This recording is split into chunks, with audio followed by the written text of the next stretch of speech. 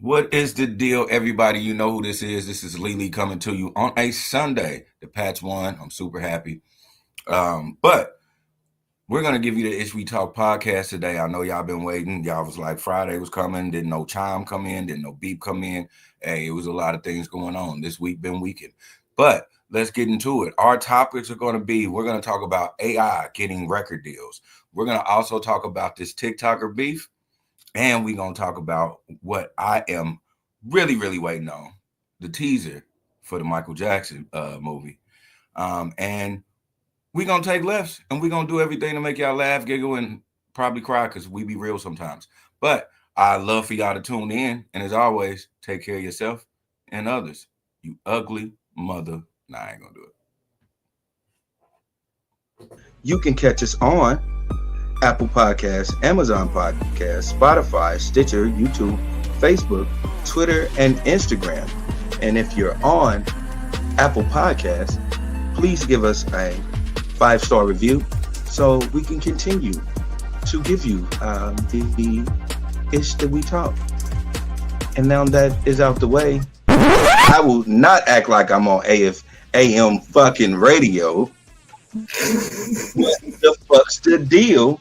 All of you ugly motherfuckers. What's poppin'? I'm here with you.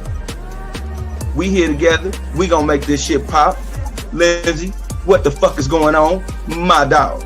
Like, what will be a breaking point for you where you just like, you know what? I'm out. All right. Yeah, so I was about to say this is where we asked the audience. Yeah. So you already said cheating, right? Yeah. Cheating. Okay. So Anybody you're else? not giving a pass or nothing like that. There ain't no way. That's no way. Do it once and do it twice. There ain't no way. You lose respect to yourself. So it's like if it's cheating for her, like so if it's cheating for you the same way too? Yeah. So like if you cheat, do you feel like I need to leave this relationship? If I would ever cheat, I would leave you first. I would leave you first. You such a gentleman. I do what I think. You such a gentleman. That shit don't happen in real life, but you such a gentleman. Anything else? In the moment. In the moment. That's different. I wouldn't be in the moment. So you wouldn't put yourself in the moment. I got you. Yeah. Like make it make sense. Like, cause what's the moment? When I decide it's the moment, it's the moment. Oh, okay. If I never say to myself like, I should probably get out of here. So like, do the whole time you just like, oh no, this cool. This ain't. We just chilling. She just want to rub my back. That's cool. Ain't nobody tripping. It's like, oh, okay. Okay. Oh, all right. You ain't got to kiss my neck. That's okay. Cool. This is not the moment yet. Not yet. It's not the moment yet. Because I didn't do it. So it's like, now my pants is down. This is. She pulls them down. Oh, this ain't the moment. This ain't the moment.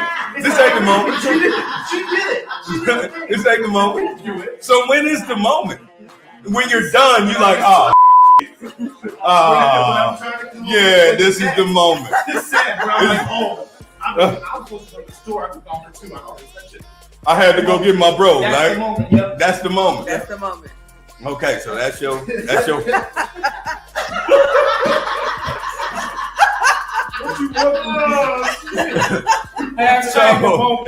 you So this is cheating for you. Like if she cheats, oh hell no. But like I just had to wait on the moment. Like no. That's ain't the moment. That wasn't the moment. No, she sucked my I didn't ask for it. I don't say the words. It's like, no, I didn't know. You know when I feel something wrong, baby, I'm gonna just tell you the truth. When she was like, I was like, maybe it's time for me. Ain't no restaurateur gonna run up on Keith Lee. Let's just end that shit right there. Y'all talk a lot of shit, but y'all not about to run up on. Ain't nobody about to run up on him, slap no food out his face, and tell him, bitch, what? Like that's just not gonna happen in no way, shape, possible.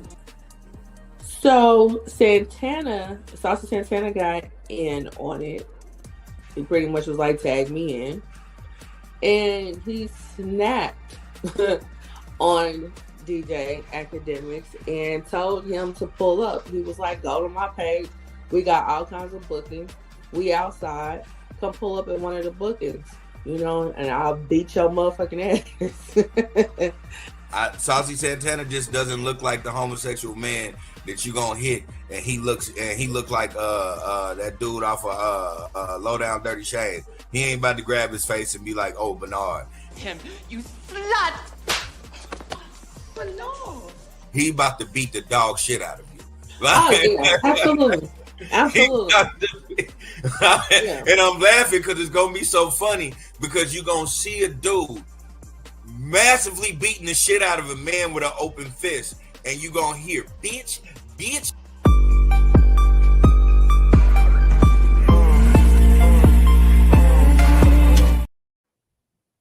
We back, we live. Hey, bitch. What's poppin'? Bitch, what's poppin'? Bitch, what's poppin'? Bitch, Sway the remix god, bitch, what's poppin'? Bitch.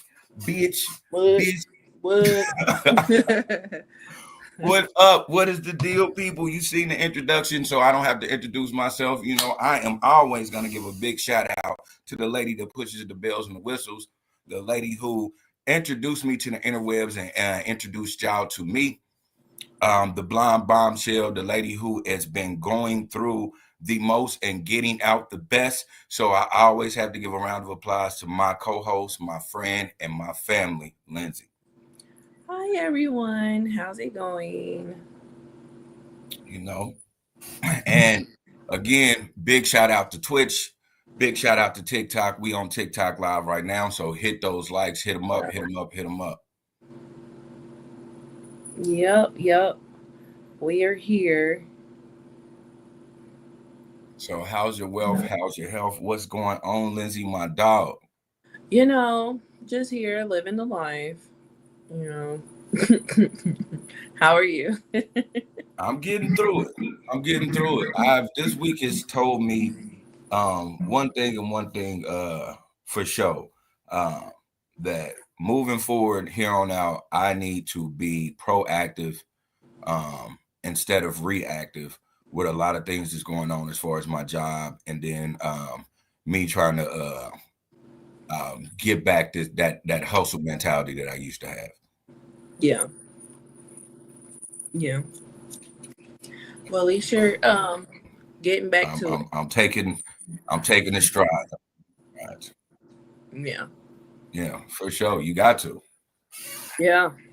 You know, you get distracted and kind of knocked off your square, but then you bounce back. Yeah.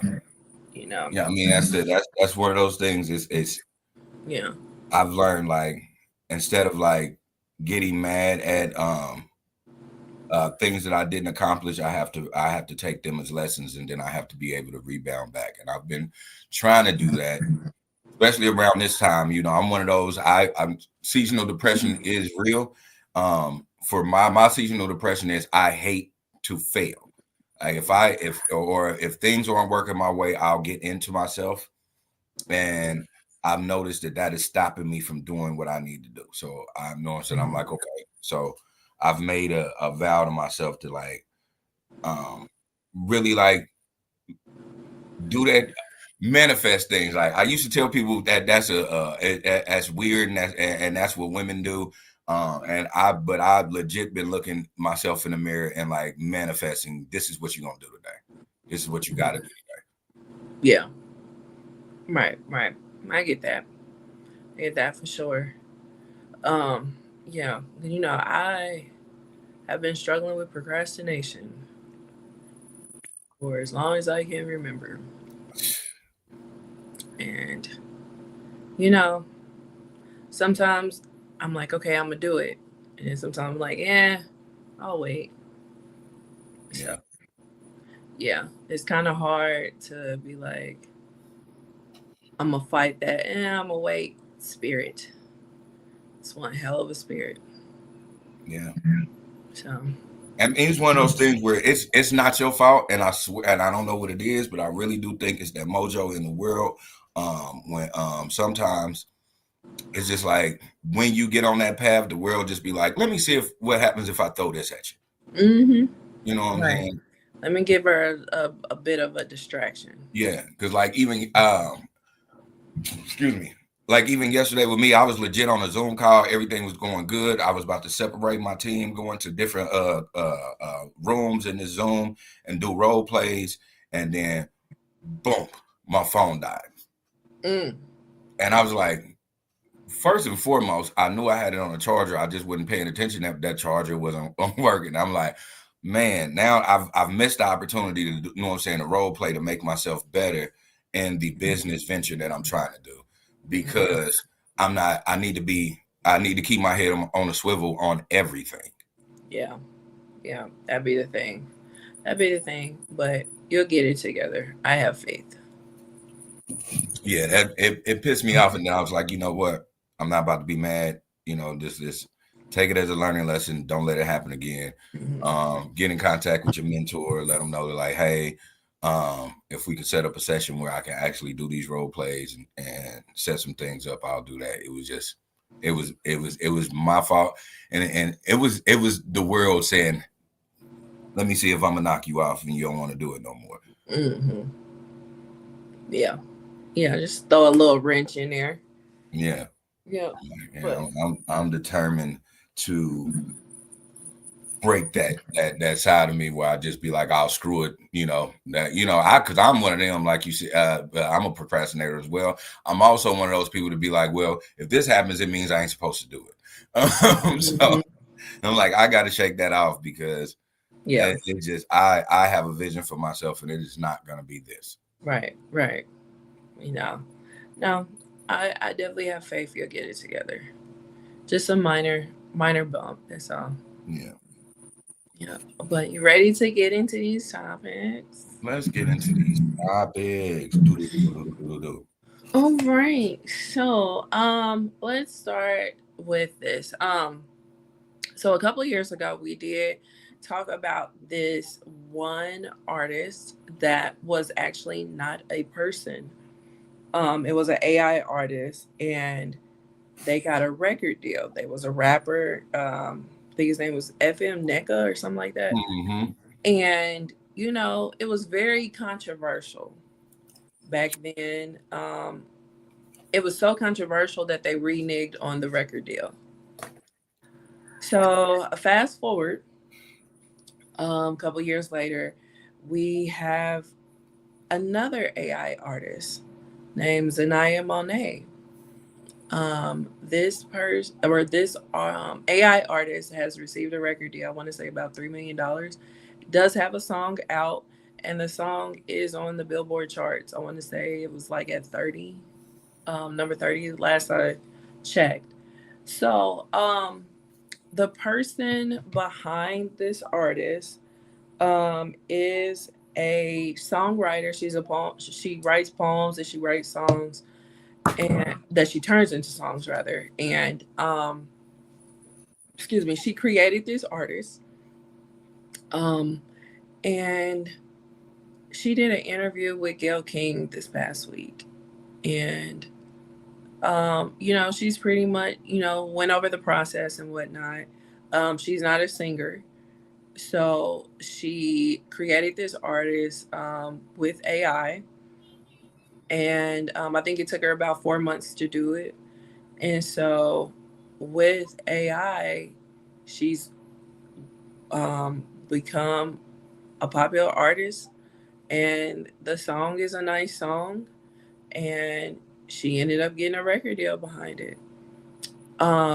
There's mixed reviews, or not mixed reviews, but mixed opinions about this situation as a whole. Because some people are like, it's enough room for everybody, like whether it be an AI song or a song that was done with actual instruments and an actual singer. There's enough room for everybody. And then there's some that are just like, no, this is some bullshit. I can see both sides of it. But it's just it's kind of like, and I can see the pros and cons from a record company standpoint and from an artist standpoint as well. I can see their point. But from a consumer standpoint, a consumer for the most part don't care. As long as the music is good, we don't care. But yeah, like a lot of people are up in arms about this. Jermaine Dupri tweeted out like, "How is this okay? But y'all vilified Milli Vanilli." And I had an interesting conversation about that part. I pretty much was like, the problem with the Milli Vanilli is more of a societal problem because those were real artists singing. It just wasn't the real artists that we were seeing singing. Exactly. And it's a societal issue because the real artists that were singing are not, by society standards, aesthetically pleasing. So Milli Vanilli was aesthetically pleasing. And, record companies know that. And so they play up on it time and time again, and we fall for it, hook, line, and sinker every single time. So is it our problem more? Like, is this a deeper issue? Because if we were to, go against societal standards, then maybe the real Milli Vanilli would have been successful and we would have known them and they wouldn't have had to get the facade Milli Vanilli, Right. But, same thing with CNC Music Factory with Everybody Dance Now, I was just about to say that too. Like, we can't forget CNC Music Factory. Yeah. Nor can we forget, for a long time, nobody was putting Kelly Price on in their videos. Yep. The most she got was Face. Mm-hmm. So like this has been done countless times before. It just wasn't AI. But now all of a sudden AI and people want to be up in arms when it's more of a societal issue because we've been doing it. Like, again, if you go back to like in the 40s and 50s and stuff like that, when we had race music, they would put white people on the covers when it would be a whole ass black group singing the songs. You know what I'm saying? Yep. But because of societal standards and because they wanted to cross over and because they wanted to be more appealing to the majority of people, they put white people on the covers. So it's, I mean, you can go down a rabbit hole, for all kinds of reasons. But yeah, like it's a thing and people are upset. And what are your thoughts? My thoughts is it's a double-edged sword, but I'm one of those people that is a strong believer of you cannot change the future. We seen this a couple of years ago and we see how it progressed, and it's going to continue to increase in popularity, and pretty soon it is what it is. You have to think about they're taking people out of restaurants from working. Do you not think it's, what I'm saying, they're going to end up taking our artists out of music? Mm-hmm. The thing about that is, because the double-edged sword about that is like I said when we talked about this a couple of years ago, we're going to have these AI artists making this music, and the avatar of this individual or the real individual that is actually writing this music, especially if they start making rap music, is going to end up being some Australian saying nigga all the time. Mm-hmm. So it's one of those things where we got to be careful with it. With this artist, for some strange reason, and I think it's just society because they want you to agree to these things. And I think I've drunk the Kool-Aid because I'm looking and I'm like, this young lady created an avatar for her to get out her poems, and it ended up becoming a bop, and it ended up basically improving her life tremendously. So I'm totally with this. Yeah. I'm totally with this. She is writing the songs and she is putting it. She's a songwriter 2.0. She's doing the same thing Dallas Austin did. Dallas Austin was writing songs and then he was finding people to do these songs for him. She's 2.0. She decided to write these poems, turn them into songs, and literally create a person to do it. Yeah. I can't be mad at her for that. And she learned how to do it. It's not one of those things where she just, it just was something that'll, because I know how y'all be, like the powers that be, and this white man this and this white man that. For her, she did this on her own. So I got to respect that from her. Yeah. Yeah, absolutely. And, I've been in the AI world here recently. I mean, we saw it last week when I put it on the thumbnail and whatnot. But so I'm applauding her.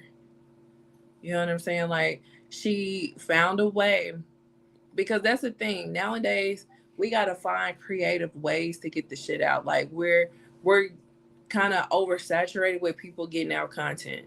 So you gotta find very creative ways to get out content. She can't, for whatever reason, did not choose to go the normal songwriter route.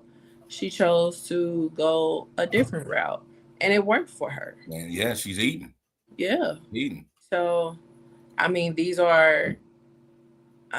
her interview, she was like, she believes that because it's pretty much loosely based on her life, that this artist is real. Yeah. You know what I'm saying? So, like, it's a variation of her, which I get what she's saying with that, these are poems that are based on personal life. Like, the song that's out now is her real experience. Yeah. You know? So it's her. It may not be her voice. It may be an AI voice, but it doesn't take away from the lyrics. No. Because anybody can sing the lyrics, but the lyrics are still hers at the end of the day. And they some powerful lyrics. She's very talented. Yeah.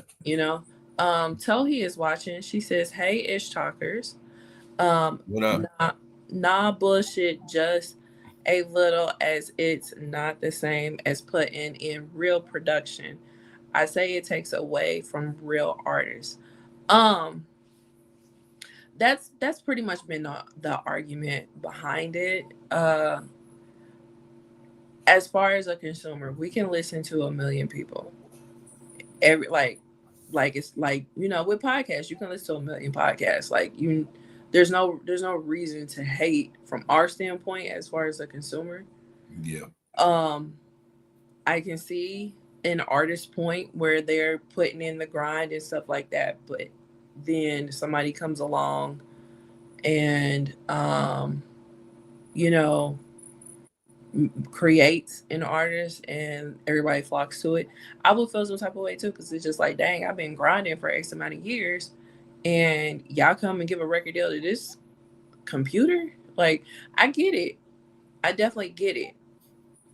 But for whatever reason, they wasn't giving that record deal to you. It just wasn't. It wasn't you.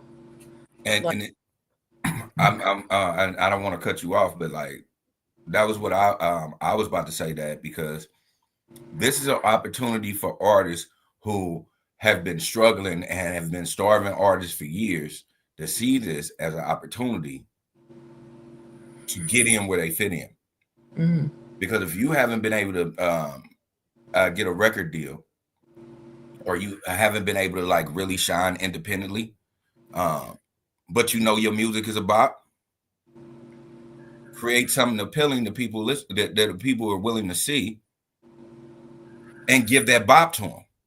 It's still you. Yeah. It's still you. Yeah. Like if it's probably a 49-year-old man in Missouri right now that's been rapping since he was 18 years old, and everybody was like, oh, they like his music, and he's never left locally. Yeah. If he learns how to create an AI that is aesthetically pleasing to the world, then won't nobody keep on telling him to hang that shit up and start working for Ford. Right, exactly. So it's just one of those things where I think it's an opportunity more than it is a hindrance. I see it being a hindrance to artists that are already there, but these new artists, or these artists that have been long time up and coming artists, this is an opportunity for you to win. Yeah. It's just you got to be more creative nowadays. We have Tasha watches. She says, "What up, Lens? Hey." And then we have You Best Believe. She's watching as well. Hey. And then Tohi says, also, child, you and them AIs is something else. Ain't you tired, Miss Hilly? No, I'm not. I'm not tired at all. I love my AI. I named her yesterday. Her name is Lexi Lara Blue. And you can follow her on TikTok. Her name is her TikTok is Ethereal Queen AI. So yeah. Let me write her some raps. Yeah, right. Like, so he also says, with the way she showed how she makes the songs, I honestly don't think she writes anything. Instead, uses Miracle Chat GPT. Yeah. Or Musical Chat GPT. I don't know. I mean, hey, we can only go off of what she says. She says she writes poems and she turned the poems into music. So, maybe she put in the words and then told ChatGPT to make it into lyrics. Make the words into lyrics. That could be. Yeah. You can use ChatGPT with your own using your own things and have them revise it. That's still you. Yeah. That's still you. That's artists been doing that for years before AI was created. You can watch any artist documentary on anything. Like that's why they sit down with their team and they'll bust a flow, and then people will be like, "Oh no, I'll put this in there, or say this, or do I add this to it?" That's the same thing ChatGPT is gonna do. So I don't see a problem with that. If you see a problem with that, then Drake should not be the superstar that he is. Yeah, because folks have been getting assistance for a really long time, and that's the killer part about all this, because like they don't really have a whole band in the studio too much no more, if at all. So folks have been getting assistance for a really long time. There's all types of software that is used to create music. But now this is where we draw the line. I need to learn how to do this. I got books and books of raps. Like, had I known like this was a thing, like, well, I knew it was a thing, but I didn't know it was like just do it yourself. That's one thing I love about the human being. White, black, blue, whatever you are, that do it yourself mentality, and then actually being able to do it. And like, let's keep it real. She's not taking away from your top tier artists. She's not. So don't know what I'm saying. But it's one of those things where everybody that is striving, like, she just invented the wheel for y'all. And it's been lucrative. So come on, man. Like, think about it. She signed a $3 million deal. If that's generational wealth right there. She just created for her family. Yeah, absolutely. And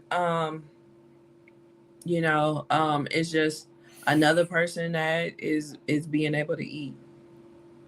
So, like, I mean, I can understand an artist's frustration if that was your goal, to get a record deal and stuff like that. But a lot of people are going the independent route. A lot of people are okay with the grind. So, and like I said, it's we're in a day and age where you just have to find creative ways to stick out, you know. Um and people just like, just posting them singing a song or them playing an instrument doesn't always get you the look that you want or get the right people to look at you.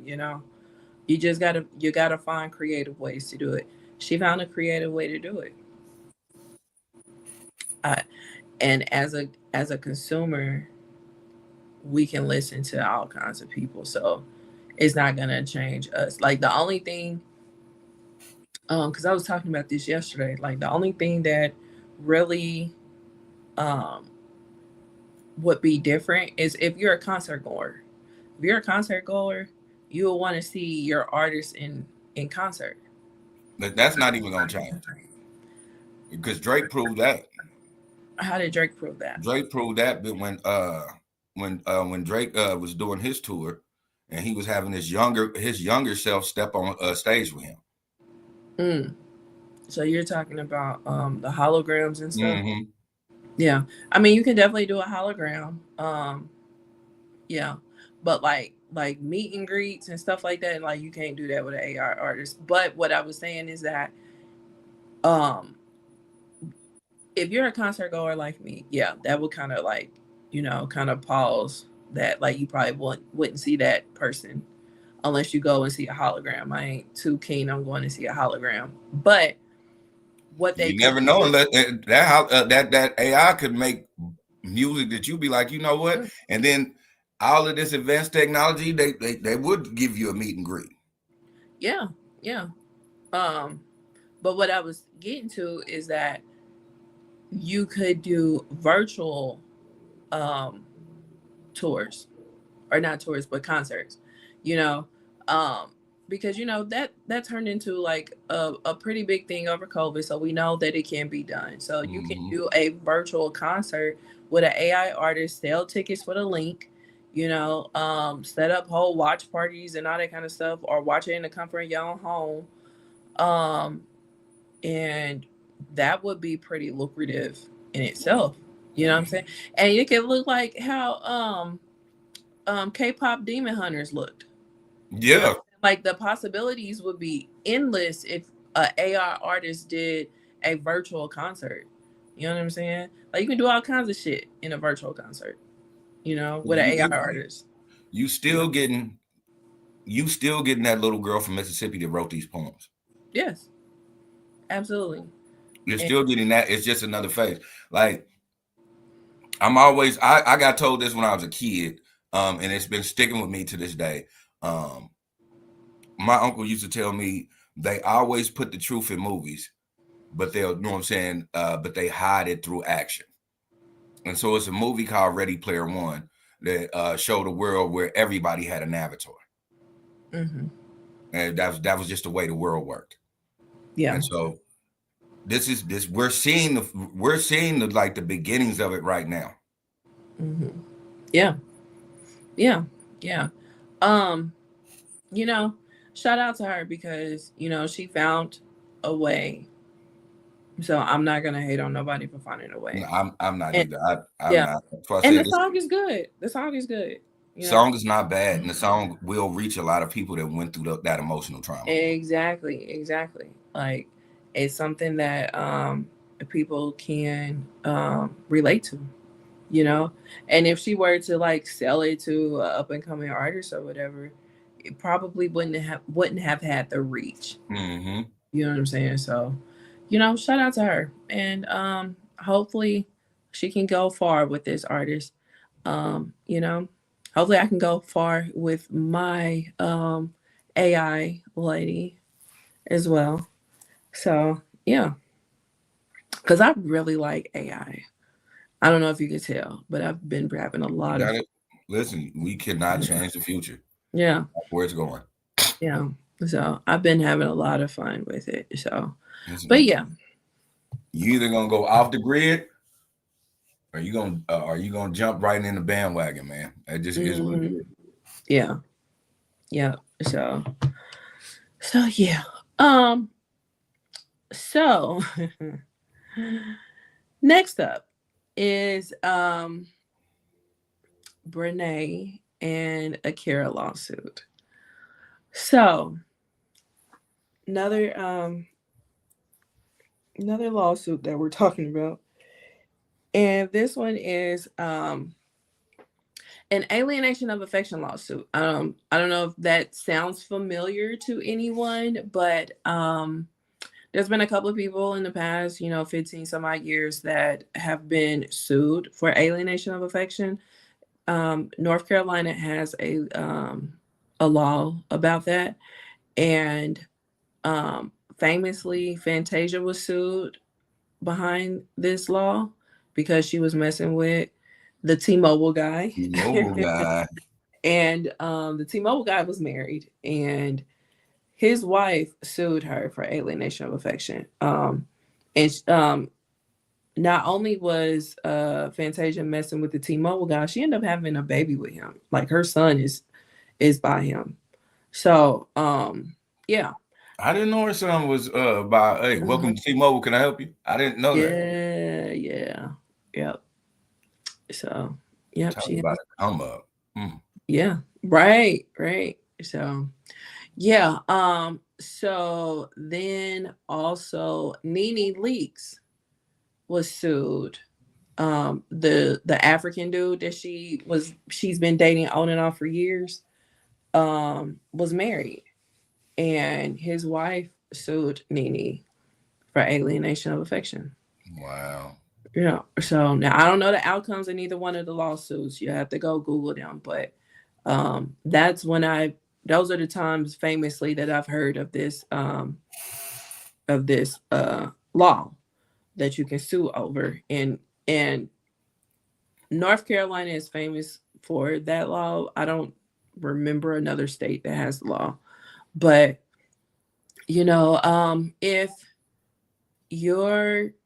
if your marriage is broken up because of infidelity, you can go after the person that they cheated on you with. And that is what is happening with BriNay and Akira. So BriNay and Akira were That's friends. some bullshit. Yeah. BriNay and Akira were friends. They both were married to their respective husbands. Devon was married to BriNay, and Tim was married to Akira.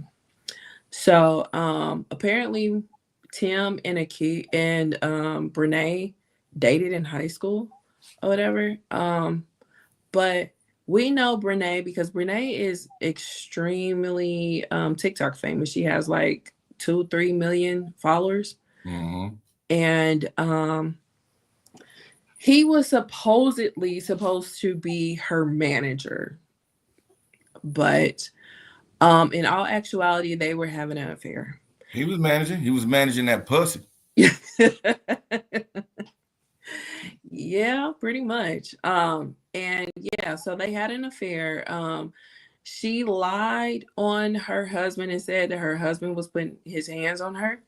And that was a way that she was able to move in with Akira and Tim. Akira and Tim also has kids as well. They have small children.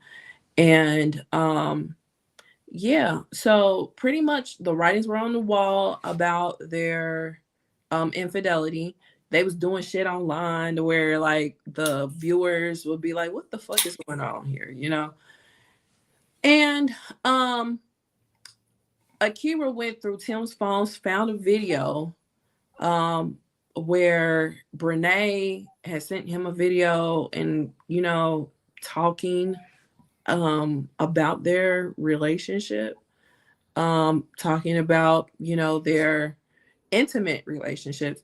And when she confronted Tim, Tim was like, oh, she's talking about a long time ago, this and the third, blah, blah, blah. She was completely like, siding with her husband, wanting to believe her husband. Her family had to intervene and pretty much tell her, like, get it together. You need to leave this motherfucker. So she finally left him. Devon and BriNay finally broke up as well. They both got divorced. And BriNay and Tim ended up getting together in the open. They got married back in September. So, 1, 2, 3, that's enough. Akira sues BriNay for alienation of affection. And the trial is going on right now.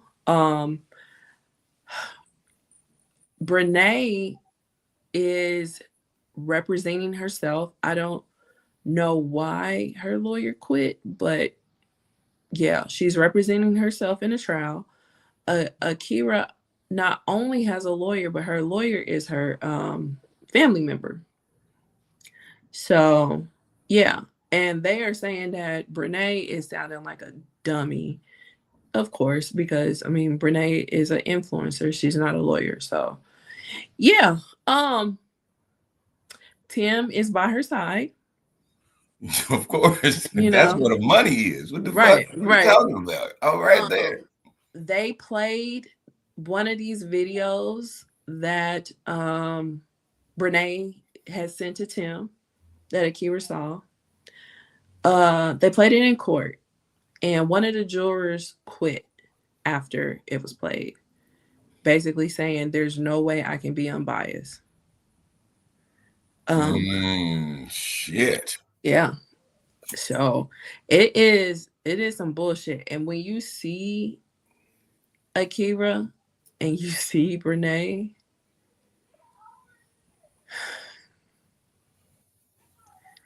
you don't understand. That's not body shame, but I'm in agreement. I didn't body shame. I'm not here for body shaming, but it's just when you see the two, you're just like, yeah. So, but then when you see Tim, you're like, dude, you hit the jackpot with Akira. Like, you fucking tried it. Listen. Dude, you hit the Mega Millions. What, sir? So yeah, so what is your thoughts and opinions about this whole situation? I'm gonna keep it a total beam with everybody that is listening to us right now. Mm-hmm. Listen, some men are gonna chase that bag, no question. They just gonna go where that bag's at. And so I believe that this man went to where that bag was. That bag just happens to not be a better looking bag than he originally had, but this bag got money in it. So to simplify that, you can have a Birkin bag with CNA money in it, and then you can have a Walmart bag with TikTok money in it. And just to be quite frank, you ask a man what bag he's gonna grab, he gonna grab the shit out that motherfucking Walmart bag. The fuck are we talking about? I'm not mad at Tim, 100%, bro. I'm telling you to your face on the interwebs. I'm not mad at you, fam. I just wish, as a man, because there's kids involved. Yeah, that's the part. We had a sit-down conversation, so it wouldn't have went to this. Yeah. But I'm not mad at you at all. Like, seriously, my dude, I'm not mad at you at all. Because listen, not all men, but most of us,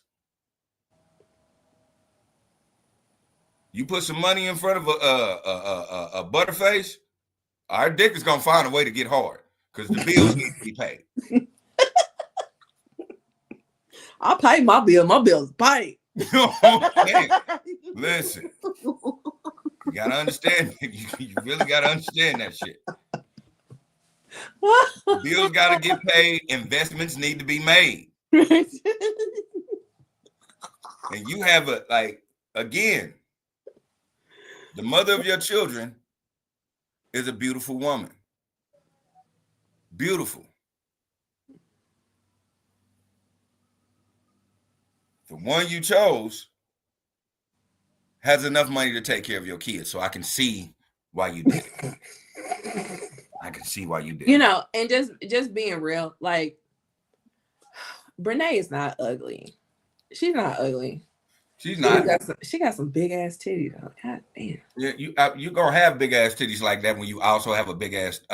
Sorry, I'm just gonna. I was about to be disrespectful, and I'm not gonna be disrespectful for her because she is not an ugly woman. She's not. It is just in comparison. I see why this lady is suing. Yeah, you got me fucked up. Because that's not a love move you did. That's not I fell out of love with you. It's I want my pockets bigger. Yeah. And it was public embarrassment. You know what I'm saying? Like, this lady is TikTok famous. And y'all doing this shit in my face. Yeah. On TikTok live, for the world to see. Like, this is not okay. Like, it's one thing to embarrass me in my own town. It's another thing to embarrass me for the world to see. So you got me fucked up. Absolutely. And you in North Carolina, the last place you need to be doing some shit in. Yeah, I'm gonna get a bag out of your ass. Yeah. I'm gonna sue your ass. Absolutely. And y'all playing with my kids too. And how they playing with the kids is that BriNay was auntie. Now all of a sudden y'all telling the kids to call her mama. I will put all types of hands and feet on anybody telling my kids to call them mama. Yeah, that's a false narrative. You're going too far. That's a false narrative, right? You bet not. Yeah, like you going too far. Before, like me and Jasmine talk laughingly, jokingly, and I always be like, yeah, it better not be a situation where Karen say some weird shit to me, like, well, I'm going over mom and dad's. No, the fuck you're not. You're going over mom and Tom's house. Right. The fuck did that become your daddy, nigga? Right. Like, no, absolutely not. Absolutely not. No. Yeah. Yeah, we're not doing that. Like, I'm not. No, we're not doing that at all. We gonna have a real conversation. I told you. I said, Jasmine, the day that shit happens, if it's not gonna happen, but I'm like, the day something like that goes down, promise. And instead of a regular drop off, it's just gonna be me there. My son gonna be at my mama's house because me and Tom gonna need to have a conversation. Okay, like who set this up? Yeah, whose idea was this? Listen, I allow you to do certain things in your house because this is your house, but this is where the buck stops here in your house. Because I will make sure no one will ever call you daddy in life. Right. Like, literally, the buck will stop here. Like, I'm telling you, and I'm talking about. Listen, right? I'll mean mug everybody in your family when it comes to it. I don't give a fuck what they talking about. Right. We're not doing this at all. We're not. I'm not. Now, if I was an absentee daddy, yeah, I understand, but that's not me. Yeah. So we're not. Yeah. We're not doing that. Right. And like I get it, but that's never been me. Absent or present, I'm not calling nobody daddy. That's not my daddy. I'm not calling nobody mama. That's not my mama. You know what I'm saying? But that's just me. I just feel weird. I feel weird. Now, whether another person does it, do it with their in-laws and shit like that, that's on you. I just feel weird. Like, I'm not doing none of that. And I'm not mad at you because I don't fault nobody for any of that. And it's just because of my trauma. Like, listen, I was like, I want to say 5 or 6 years old when I found out the daddy that I had was not my real daddy. Mm-hmm.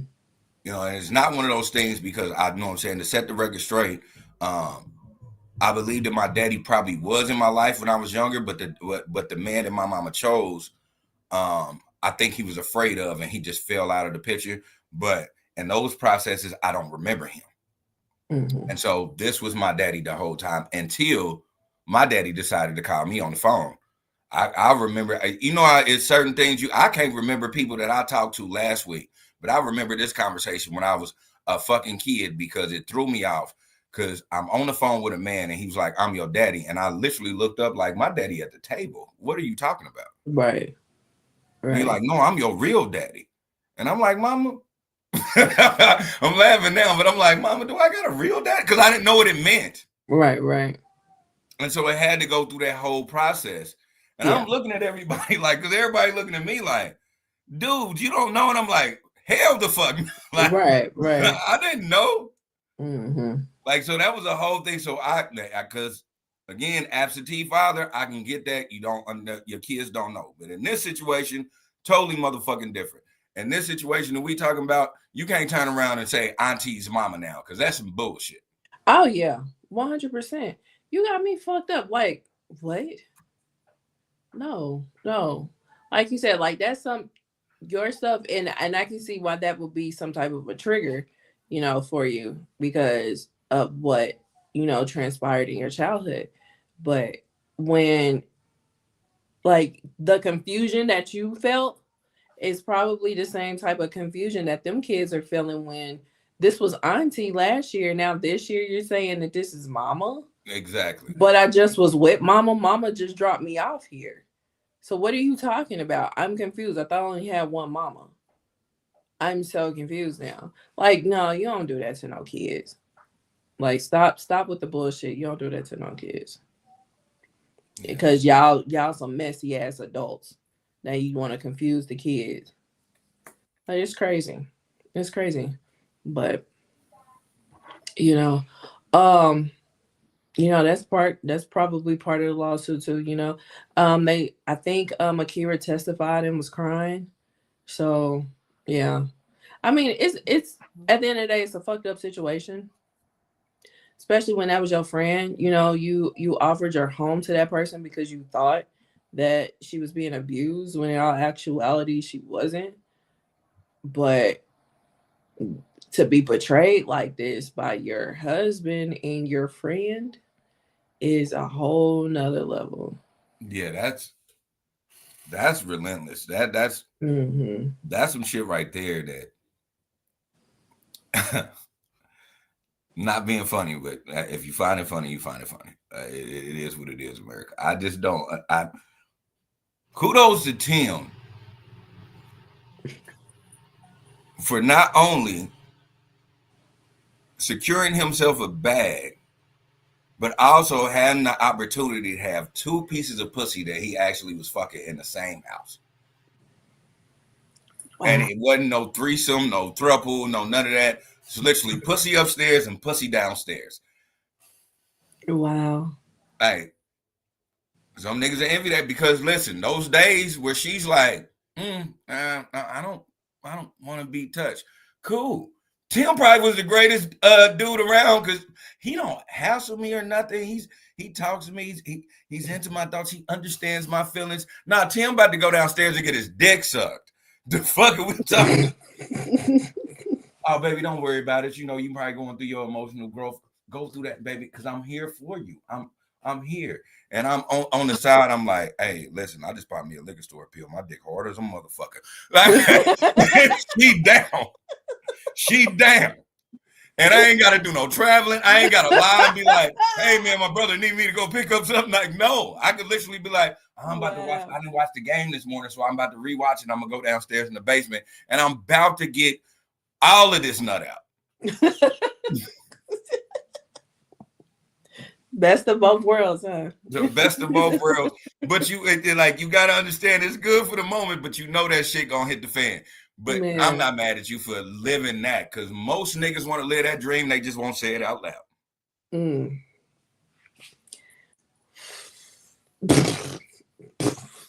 I guess so. I don't know.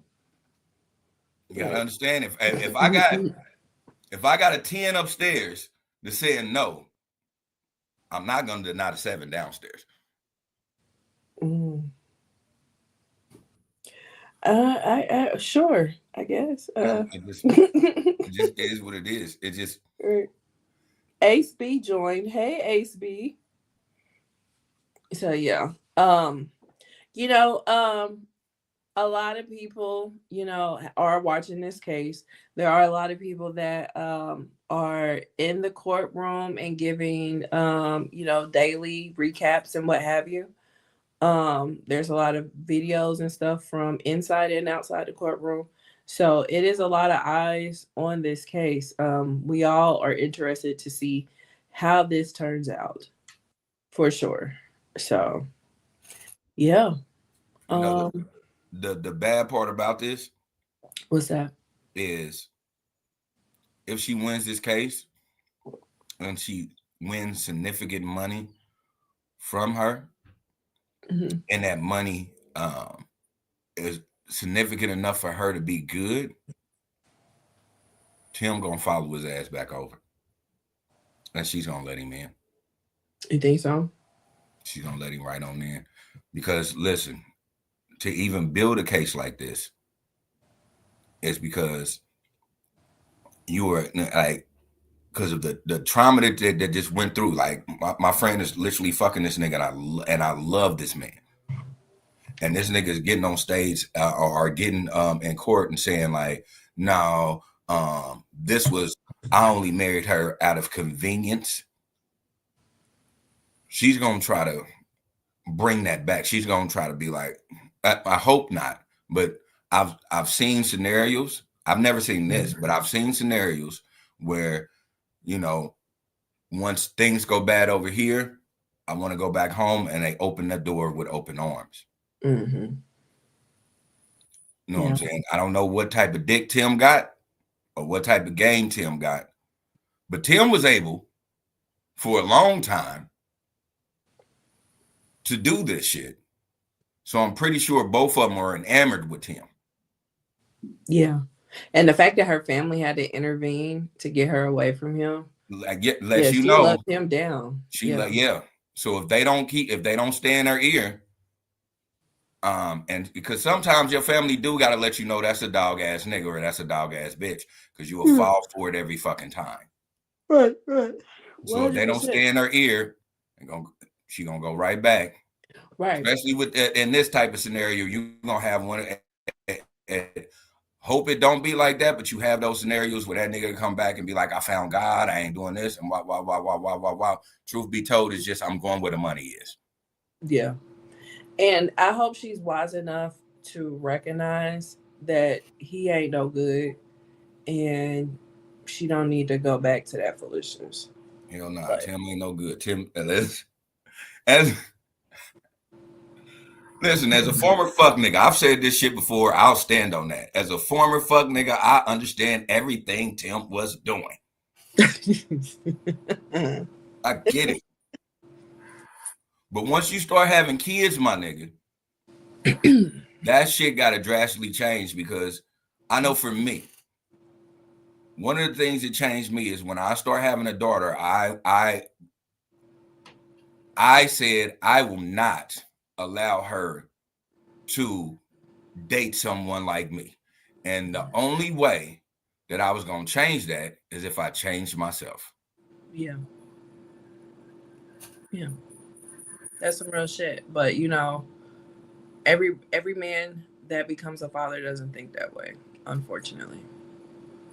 Yeah. I was not gonna allow her to date a nigga like I was not shit. Yeah. Yeah. But some people, you know, live in a world of delusion where they try to justify their actions. You know what I'm saying? Like they can't come to the realization, like, you know what, that was some fuck shit I did. But on the opposite, they like, well, I did that because they was, you know. Yeah. And it's like, I hear what you're saying, but you turning shit into tit for tat instead of just leaving them the fuck alone. Like if they was really that bad, leave them the fuck alone. Man. You know? I say that to women all the time. When a woman tells me, like, nah, you know, he cheated on me, so I got my get back. And I'm like, no. So he cheated on you, so you turned into a whore? Because that's what people are going to tell you once you start saying that out loud to people. Mm-hmm. Like, real talk. Like, if you start telling people, like, nah, he ran through like 3 women, so I ran through like 3 of his best friends. That makes you, that don't look bad. That don't look bad on him. Yeah, it don't. That makes him the victim now. Yeah. It doesn't, unfortunately. I mean, it's fun to do it that way. I'm not gonna hold you. But kudos to you for getting that done, because his niggas ain't shit and you ain't shit either. Yeah. So we just not gonna be shit together. Fuck it. But it makes man, listen. My sister had a friend. She was married. They was married. As long as I known them, they were married. And all they did was cheat on each other. Like, but nobody faulted him because he was going somewhere else. But she was fucking niggas that he knew. And so he had to be out here like putting demonstrations on niggas. Because that's my wife. Yeah. That's a bit too far. I mean, yeah. That's what I'm saying. Like, that's what I'm saying. That's the thing. And it's one of those, and she was one of those where he gonna get his and I'm gonna get mine. No, that ain't how it works. It makes you look bad. I'm hand to the Bible on my son. I remember one time, I was watching my nieces. My sister, my sister got the kids for my nieces. I always live with me. They mama got a house, so they moved over there, but I'm still connected with my nieces. So I go over there. I'm spending the night with them. They go out. She come back with her friend, drunk. She like right on in the bed with me, drunk. And I'm like, nah, I got my ass right up and I went to the couch because I was like, nigga, this nigga be putting demos down. Like, are you out of your rabbit ass? Like, you think you playing this nigga because he's allowing you to do this. He's only allowing you to do this so he can show you I will beat this nigga the fuck up. Yeah. Like, I'm like, yeah, that ain't about to be. You're not about to be like, yeah, I fucked Toya little brother. No, you didn't. No, the fuck you didn't. Absolutely not. Not on my watch. No. Because listen, this small, scrawny, you know how motherfuckers be looking like, oh, nah, he's skinny, he ain't gonna do nothing. This nigga had veins from his fingers all the way to his motherfucking neckline. This nigga hit hard as a motherfucker. Oh, yeah.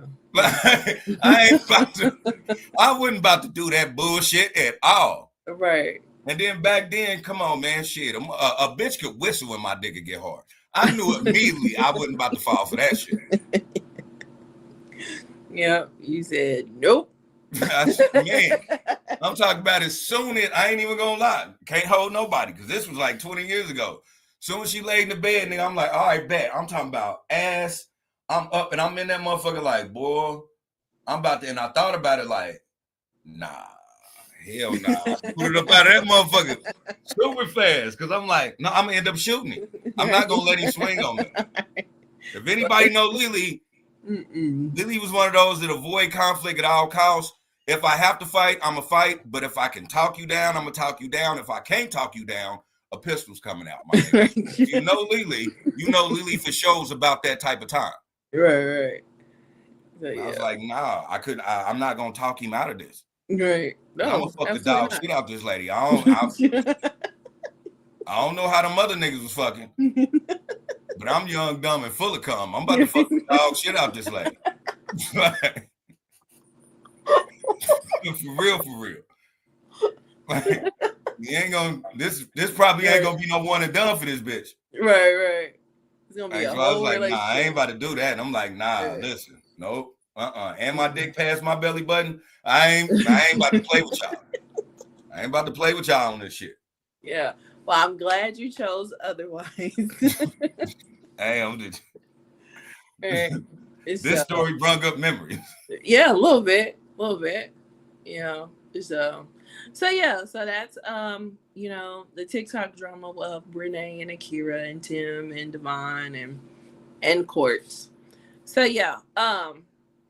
So the next thing is the Michael Jackson teaser. So the movie Michael um is a biopic that is produced by the people that produced Bohemian Rhapsody, which was a Amazing. very good movie. Yeah, it was a very good movie.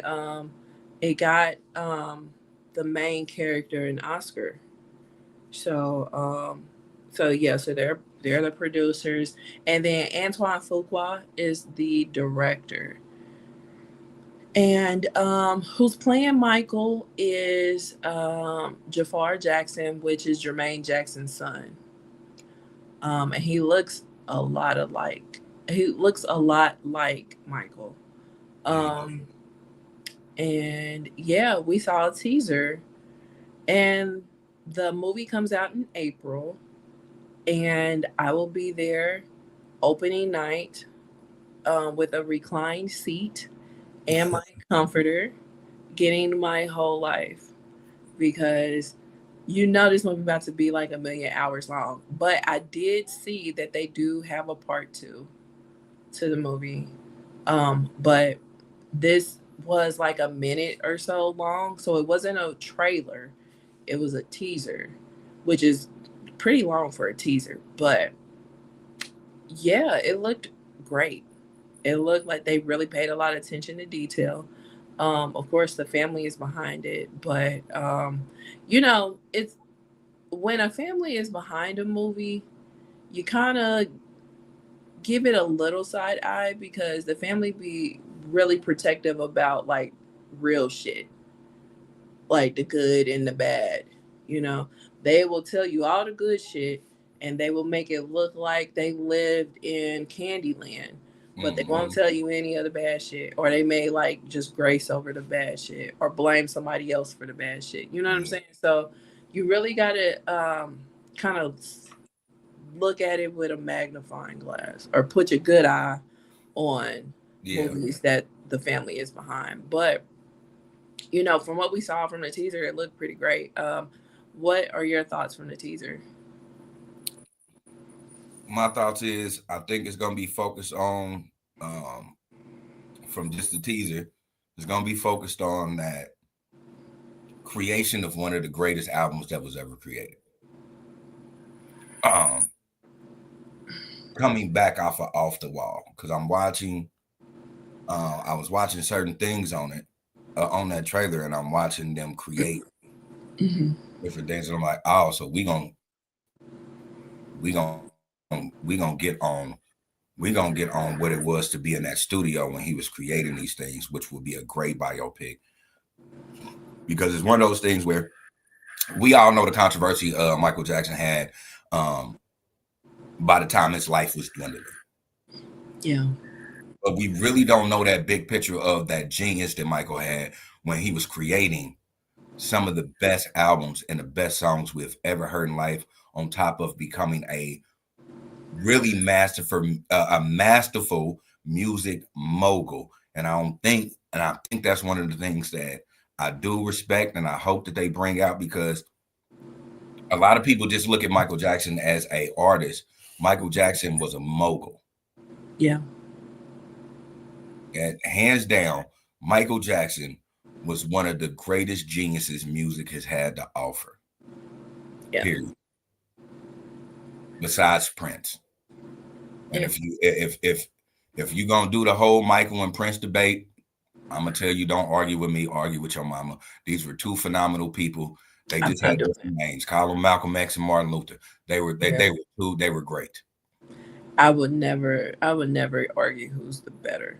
Yeah. Those two. Not gonna do that. When people do that to me, I'll just be like, hey man, listen. Jay is watching. Hey Jay. Yeah. Yeah, like that they're two totally different artists. Like, they didn't play in the same playground, but they were both amazing artists, and we love them. We love both of them dearly. And I'm not gonna argue with nobody about who's better. Fuck that. that. I want to go through that whole what it was to make this. Because we've had these documentaries, so certain things we know, but then there's certain things we don't know. So I want to go into all that. I really do. So this is one of the things that I really, really want to see, because I really want to see how Michael Jackson was able to get the Crips to be in that motherfucking The Way You Make Me Feel video. I really want to know, because this is documented that Mike was a real nigga. Yeah, like he was good in any hood. Yeah, he was good in any hood. And Mike got the Crips to be in that The Way You Make Me Feel video. It was real Crips. He also had real gang members in Beat It, Bad. Like he fucks with them and they fuck with him. I just think because Michael Jackson, like everybody loves Michael Jackson. Yeah. You know what I'm saying? So if Michael Jackson went to the Crips and be like, "Hey, y'all want to be in a video?" Fuck yeah! Like, yeah, wouldn't nobody looking like, "Man, get your bitch ass out of here, Mike." Right? Dancing ass nigga. Rule. Like they not doing that shit. Nope. Like that's Michael. Niggas jumped off the porch and was like, "Off the wall? Hell yeah, my nigga!" Right? Like that. I don't think he had to do too much persuading. Like, and it's funny because the voice you always like you see in when he was interviewing it, that's not his voice. So Mike was really running up on niggas like, "Hey bro, check this out. I'm doing a video down here. I don't want no static, I don't want no funk. And I ain't paying none of you niggas either, because I'm not checking in. I've been here for a while. But I will allow y'all to come through the video shoot." And I'm pretty sure they was like, "Fuck yeah." Right. But nobody got to be like, "Oh, I need to call somebody." Right. Like, who's going to tell him no? Like, yeah, because I know Mike wouldn't check it. Mike ain't about to check in for shit. Yeah, they probably didn't even have a check-in whole thing going on back then. And then even if they did, you don't get no cool points for punking Michael Jackson. Like, it's Michael Jackson. Why would you want to have bad blood with Michael Jackson? Like, it's Michael fucking Jackson. Like, come on now. Like, he's been that guy since he was 9. Like, no. So I'm talking about nigga. Yeah. I want to see if they really do put that, because like you said, he was good in every hood. And I'm like, dude, and then like, if y'all don't think that Michael Jackson's voice was different, that Ready to Rumble game, Mike used his real voice in that game. So a lot of people don't know that, but you can actually Google it and look it up, because they had a character that were him, and so he was, because he's a big kid, he was into that, so he used his own voice, but he didn't use the voice you hear in social media. He used his actual real voice. Yeah. That real voice deep as a motherfucker. Right. There's quite a few people that talk about how his voice wasn't his voice. So that nigga would be on interviews and be like, "Thank you," and then turn around and be like, "Hey, we about to go get some McDonald's or what?" Right. Like this was Mike was a different breed. Yeah. And I know he was running up on niggas with his real voice. I mean, this is allegedly Michael Jackson beat the shit out of Tupac, and like, yeah, I'm not even gonna hold you. 99.9% I believe that shit. And I ain't saying Tupac a bitch ass nigga. I'm just saying people underestimate Michael fucking Jackson. Yeah. I don't know if I believe that he beat the shit out of him. I believe that he probably, had somebody on the payroll that roughed him up or snatched him up or something. At that point in Michael's career, I don't see him like having to do it himself. You know what I mean? So, and I'm glad you said that. And the only thing I will say, because I've had this conversation before, I always be like, look at the video, and again, this is not downplaying Tupac. I'm not saying Tupac wasn't a nigga that was not gonna punch you in the face or beat your ass. You know what I'm saying? Look at that video in Vegas where he was just trying to get in where he fit in and stomp a nigga out instead of moving niggas around and stomping niggas teeth out. Yeah. His coordination ain't Michael Jackson's coordination. And I do believe Because Michael Jackson is the youngest of 1,000 fucking brothers. That nigga know how to throw his goddamn hands. Oh yeah. Now, and the son of Joe beat your ass Jackson. So yeah. I'm not saying that he can't put in work. I'm just saying he didn't have to. I ain't saying he didn't have to. You right.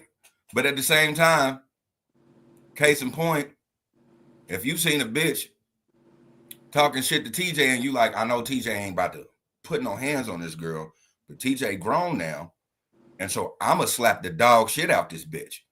Oh yeah, but I ain't Michael Jackson. That's the equivalent of what's going on because because the he scenario did that was with Kadada. Yeah, you fucking with my niece for real. Yeah, and so I'm gonna slide over there and I'm gonna say something. You say something dumb to me. You gotta keep in mind. Michael Jackson ain't these artists that you see now. Michael Jackson is 6'2". He's slanky, but this nigga dance every day, so that muscle is there. Yeah. You think he look weak because he got a bird chest, but it takes muscle and coordination to move like he moves. So that's a solid right hand I'm about to serve Tupac. Yeah, I mean, you definitely have a point. I'm just saying, like, I can't see him getting his nails dirty for Tupac. Like I got security for that. I got security. So in my scenario, you know what and this is just my scenario in my opinion, because I love Michael Jackson. I don't give a fuck what nobody talk about. I could talk about the trauma that he pulled me out of, but I ain't even gonna talk about that. What I will say is, I do believe it was one of those things where it was words being exchanged. Tupac said some shit. Mike probably said, "Hey man, you got one more time to say that shit," and Pac being Pac, not giving a fuck, said that shit again, and Mike said, "Fuck!" And as soon as Mike said that shit, Mike probably, you know what I'm saying? As soon as Tupac tried to get his bearings, he was like, "Yeah, y'all gonna get this nigga." And right. And niggas came in and swarmed the shit out of Pac. I do believe that happened. Yeah. I do believe Michael Jackson actually stole this nigga Tupac, because Michael Jackson went against Tommy Mottola. Yeah, that's true. You know what I'm saying? Like, that's true. So like, he ain't trying to run from a fight at all. Yeah, he was doing a lot of against the grain stuff, because like when he bought that Beatles catalog, that was unheard of. A black man buying the Beatles catalog, like, you don't do that. That's not something that you do. You know, you don't go against the grain like that, and pissed a lot of people off when doing that. You know what I'm saying? So I just hope they touch on also, especially now that we know there's going to be 2 parts to this movie. I just really hope they touch on a lot of stuff, good, bad, or indifferent. I don't know if it's a cradle to the grave or not, but I honestly hope it's not cradle to the grave. I hope they start with Off the Wall. It looks like they do.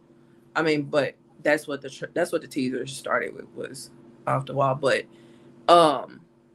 like, we know pretty much the story of when they were kids and all that, you know. Yeah, we know the abuse. Yeah, like, we know all that. So I don't, like, if you want to touch on that, you need to go watch American Dream. That was excellent. And it's an excellent miniseries. Go watch that. Like, we've already done that to perfection with American Dream, and that was 30 years ago. So over 30 years ago. Yeah. So let's start when he went solo. Yeah, you're right, because they kind of like rushed the adulthood part. So yeah, and then like we're gonna mainly focus on Michael, you know, and knock it out. So I'm waiting with bated breath. Like, and a lot of people are mad because they like, why you show us this teaser now and you telling us coming in April? We gotta wait 6 months. I'm ready for the anticipation. I loved it. It would have been great if it was like Christmas. It would have been, but I'm waiting, because I can guarantee. I'm not even gonna lie. I'm gonna have to add this movie to movies that made me cry. You think so? For me, it was a lot of trauma I was going through when certain albums were being made, and my whole family will tell you, like, I was that kid that, like, I would sit by myself and just listen to Michael Jackson, and that helped me. Yeah. Like that helped me get through things. Like when Michael Jackson died, I broke down like that was my real family member. Even my sister's ex-husband was like, "Dude, are you okay?" And I was like, "No." Yeah, there's like a handful of things that you would never forget. Where you were or what you were doing around that time, and Michael Jackson's death is one of them. Yeah. You know what I'm saying? Like my mama was out in LA when it happened. You know, and when I tell you we all was sick, we all was sick. You know, because I was done. That's it. I was done. Like, and I was on the phone with my sister that I don't talk to no more, and she was like, I know that if we was out there, you would be dragging me down to that man's house. I'm like, and I would, and you will be there with me, like, because I would have been one of them people like waiting for them to tell us something else other than he's gone. You know what I'm saying? Hey, my mother called me 15 times. Because my mama knew I was going through it. Mm-hmm. And she just kept. I didn't answer any of the phone calls because I was sobbing. Yeah, like real shit. I didn't cry for Pac. Yeah, and it's not no downplay to Pac or anything because of the whole situation. But I'm just like, Tupac was somebody that I know the world mourned. But I didn't cry for Tupac. Mm-hmm. I cried for Michael Jackson. I was driving down Ward Parkway when they said that shit.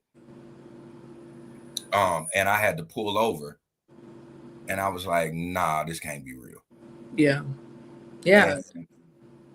And then they kept on. They played the song, and then they said it again, and then I that's when I pulled over and just started crying. And then I went home and I just cried. Nope. Take that lie back. Keep it 100. I went to the store. I grabbed me a bottle of tequila, and I came home, and I drunk, and I cried myself to sleep. Yeah. And I woke up to like missed calls from people, and then my mama kept calling me. I took off work. Yeah.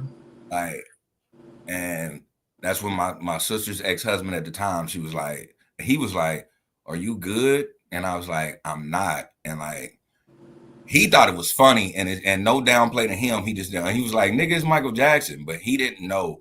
And my sister had to tell him like, no, like she had to like kind of go through our timeline, and like every album I was buying when we were going through that, and that's how I was coping with it. Mm-hmm. And he was like, damn, dog, I'm sorry. I didn't know. I was like, yeah, that was my coping mechanism. Right.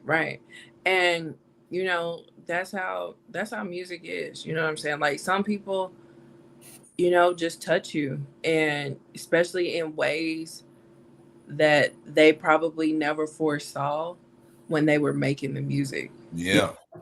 And like that's some real shit, when you're going through stuff, and especially when you're growing up going through stuff. Yeah. You know what I'm saying? Like music helps with coping, and you gravitate to a specific artist or whatever. So when stuff happens with that artist, you gonna feel some type of way. And some people, are rude with that. Like, oh, you ain't never met that person. Oh, why you feel that way? Oh, why you do this? Oh, why you do that? But they don't understand what we all understand, what some of us understand, as far as music, and going through stuff, and how music can heal, you know what I'm saying? Or at the very least help you cope. So I get it. Like I've been on here talking about how Bones saved my life, so I get it. Yeah. Dude, listen, and this is probably gonna sound weird as fuck, but if they play Speed Demon, I know I'm gonna cry. And the reason why I'm gonna cry on that is because I was putting, and this is when you have Walkman. So I'm like rewinding and playing this over and over again while we are literally running from a man that was abusing my mother. So if I play this song, I'm definitely gonna cry because I know that feeling of listening to Speed Demon while we're literally on, like we're running from Oklahoma to Kansas City. And so this is the song that is heavy in rotation to me. Right. So I'm like, if they play that song, I'm gonna cry. Yeah. That's a association. Yeah, exactly. And I know, and like people gonna be like, "Why are you crying on that?" You just don't know what I was going through. Right. You have no idea. Right. And it's the opposite for me because I just like Speed Demon for the video. Like it's so super cool. Like Speed Demon is one of the greatest fucking videos ever, and I love the song. Yeah, it's a cool song. And because I can play the song right now and not cry at all, but when you put it in that biopic and you put me in that timeline, I'm going to remember what I was going through when I was listening to it. Yeah. No, I get it. Of course, we're gonna be, engulfed in all things Michael when the movie come out. We're probably gonna have to do a collab again with Roomies review the movies when that one comes out. I'm gonna fuck around and get a beater jacket. I can show you my my eBay wish list. It's already on the wish list. Dude, and people been talking about that too. They were like, dude, y'all think we showed out for Black Panther? We really better show out for Michael. Well, everybody gonna come in there with one glitter glove and some black high waters and some penny loafers and call it a day. My nigga, I'm talking about. I just for one day, I know I'm just gonna show up at work and niggas gonna be like, "What the fuck do you got on?" Right, like, and I'm gonna tell them like the whole outfit from this video, and they gonna be like, "God damn!" Right, we all gonna be looking like Offset. Yeah, like for real. Right. But yeah, so that is the teaser. So I don't have any final thoughts. So Jerry's final thoughts, take it away. Cool. I'll make this short and simple. Every time I say I'm gonna make it short and simple, I end up going long drawn, but that's okay. Argue with me. With everything that we had just talked about, we talked about the AI taking over music. We talked about this lawsuit. We also talked about Michael. At the end of the day, all of that affected someone in a certain type of way. So I want everybody that is listening to us right now to understand that all of us is going to feel different with everything that we listen to and everything that has happened to us and everything that we see that is becoming the world. So that doesn't mean that your trauma or your non-trauma trumps my trauma or my non-trauma. We have to learn to be more empathetic in these situations. I'm not saying you got to sympathize with anybody. I'm not saying you got to understand the situation, but I do want you to have enough empathy to let people run through these emotions in order for them to get over those emotions. Don't shoot them down. We come from a society where we be like, suck it up, buttercup. And every time you do that to somebody, it just pushes it down and it makes it worse. So I want everybody to have a little bit of knowledge of we're all a part of this human race and we all deserve a little bit of grace.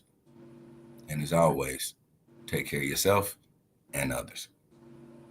Yes, thank you for that, Jerry's final thought. And this was episode 181 of the Ish We Talk, and we will see you guys for episode 182. Bye. Exactly.